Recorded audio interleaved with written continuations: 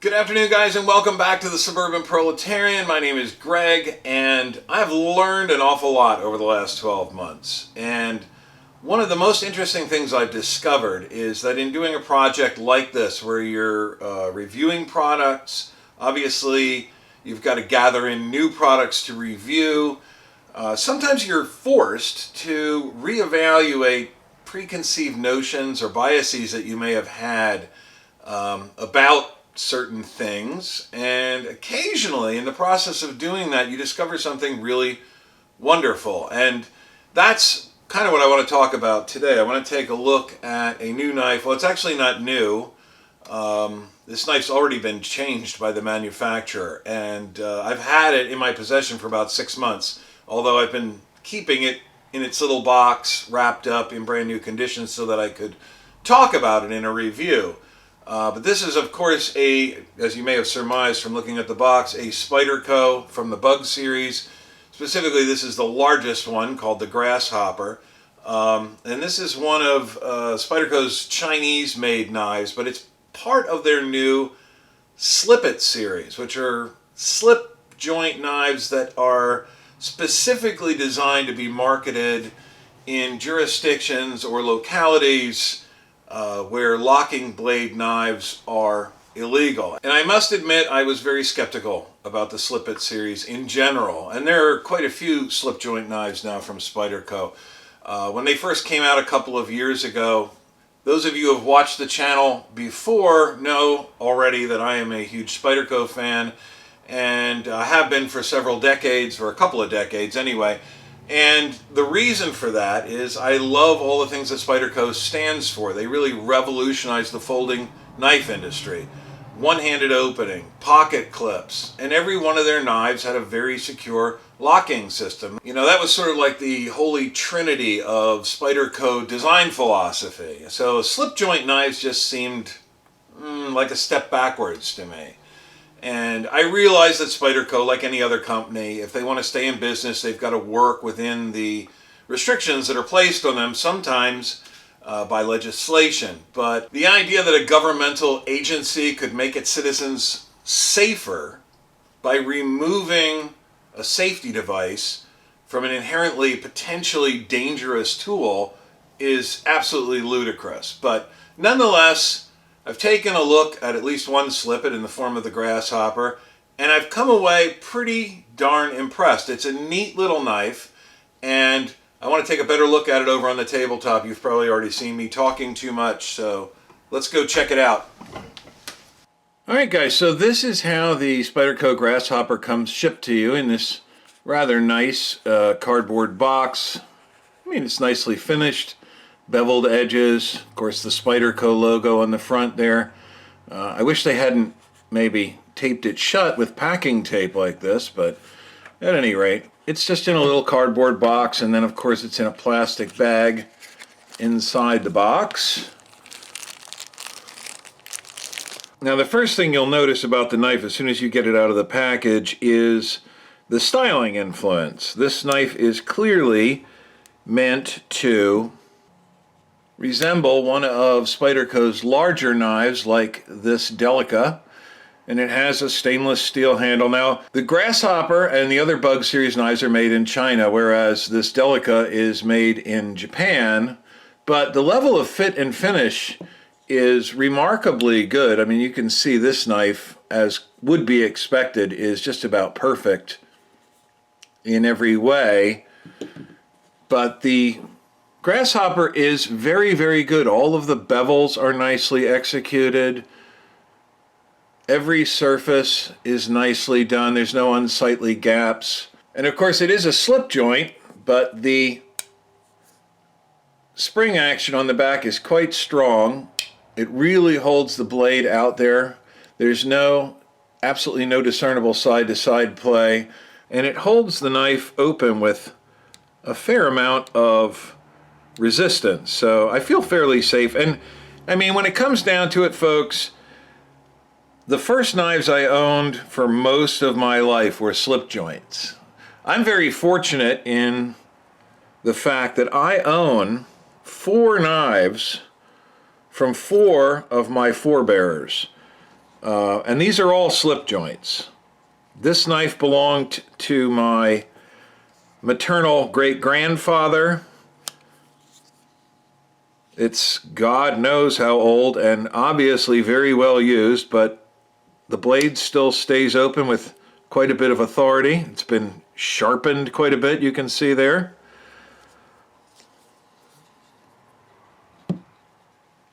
This knife belonged to my maternal grandfather, who was a draftsman. It's a little pen knife.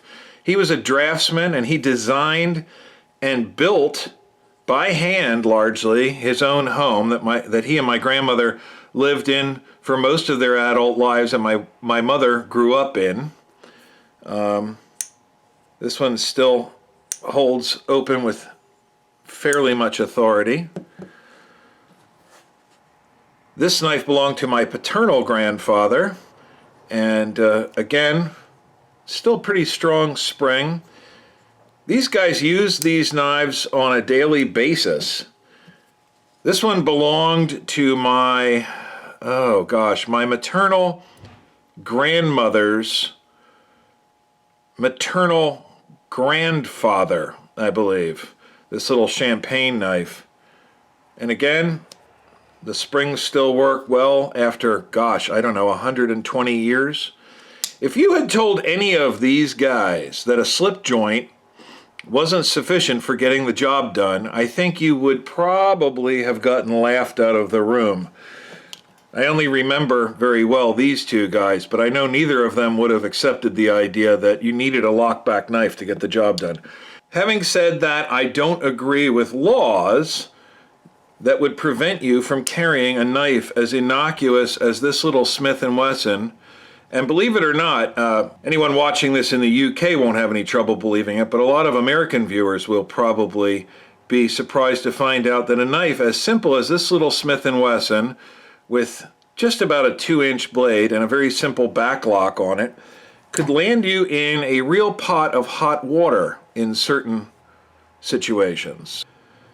So, for whatever it's worth, the Grasshopper seems like a really nice little slip joint with a fairly good spring. The handle, which is designed after one of Spyderco's larger, more classic designs, is actually big enough for you to get 3 fingers on. I mean, this is a usable grip. You could actually do some work with this knife. The other knives in the Bug series include the original Bug, which is tiny, with only a 1¼ inch blade. Its overall length is 2.9 inches. The Honeybee, which is only just slightly larger than the Bug, and honestly, other than a novelty, I think either of these two knives is more or less useless. The Grasshopper is the only one that's really of useful size, in my opinion. If you own a Honeybee and you love it, or you own a Bug and you love it, my apologies, and please go ahead and tell me about it in the comments down below. But you can see the Grasshopper is quite a bit larger. But even that is fairly small. Most of the illustrations in Spyderco's catalogs are actual size, but in the case of the Bug series knives, as you can see, they've actually made the illustrations a little bit bigger than the actual knife because they are just so diminutive. You can see the blade steel is 12C27, which is a Swedish variety of steel. It's made by Sandvik. It's roughly the equivalent of 440A. Pretty decent steel. Actually, probably a little bit better than 440A because of the fine carbide structure in Swedish steel. It's quite tough. It's meant to hold a fairly good edge, although edge retention is moderate, but it's very tough and it sharpens up very easily. Unfortunately, Spyderco's newest knives, like the Bug and the Honeybee, are made using what Spyderco refers to as 3CR. Now, 3CR could refer to any of the Chinese alphabet steels, but in the case of Spyderco, it specifically refers to 3CR13MOV. And 3CR13MOV is roughly the equivalent of 420J2, which is, I'm not a steel snob, but 420J2 is a terrible, terrible steel. It's basically butter knife steel. Somebody might take exception with that, and you're more than welcome to comment, but Other than rust resistance, it really doesn't have much to say for itself. 12C27 is a much better steel, and I don't know why they went away from that, but I'm glad I got my Grasshopper when I did. The traditional styling is very cool. If I were designing this knife, though, and I hope maybe somebody from Spyderco is watching this review, here's just a little suggestion. If you were going to make a knife that was a copy of one of your other patterns, one of your more traditional patterns, I would have made a copy of the Spyderco Worker, the original Spyderco knife from 1982. I'll throw a little photo of that up right here. This is very cool, but the Worker would have been really, really neat. So that's just a suggestion for maybe the future. Another thing about this knife, I know that it's specifically meant to be a slip joint, so it can't be a perfect reproduction. But if I were making a scale repro of one of my larger knives, if I were Spyderco, I would have considered putting a pocket clip on it. Now, I don't know, maybe that would be an infraction of some other draconian European knife law. Maybe you can't have pocket clips, but that would have allowed you to carry it in the top of your pocket. Although this knife is very slim and obviously meant to disappear down into your watch pocket or your hip pocket, but you could have even used the knife as a money clip, so that would have been kind of neat. But even so, I'm really, really impressed with this knife. As a matter of fact, I didn't expect it to be a real knife when I bought it, but I thought it would be a cool thing to have. It was only about 20 bucks. And if they hadn't changed the steel, if they hadn't gone to 3CR, I would perhaps be inclined to buy the Bug, the smallest knife in the series, just to keep it on a beaded dog tag chain around my neck for real emergency situations. But seeing as how it's 3CR, not interested. I still think the Honeybee is a totally useless compromise knife in between this and the Bug. But if you disagree, please tell me about it. Anyway, I just think it's a cool little knife. It's been reviewed before. I probably missed some stuff. I don't really have any more to contribute. I just thought it was a cool knife. I thought it would be cool to take a look at. At less than $20, I think it's an amazing buy, and it is kind of a neat little micro reproduction of bigger stainless steel Spydercos. And I'll definitely be carrying this knife in my pocket the next time I go to the UK, since it's specifically made to be UK legal, and I don't go anywhere without a knife, but I also don't want to get myself in trouble. So I guess that's about it. Let's head back over to the bookshelves and do the wrap-up. All right, guys, so there it is, the Spyderco Grasshopper. A really cool little slip joint styled after Spyderco's larger knives like the Endura and the Delica. In all stainless steel, it's really nicely manufactured. Nice steel, it's a usable size. You can actually get a grip on it, and it still just absolutely disappears in your pocket. And most importantly, perhaps, it will keep you legal if you're in a jurisdiction where knives over a certain size or with locking mechanisms are illegal. So my next trip to the UK, I have a lot of other slip joints, but you're probably as likely to find this in my pocket as any other knife, because I don't travel without a knife, but I want to stay legal. So hopefully you enjoyed this video. If you did, please go ahead and click the like button down below.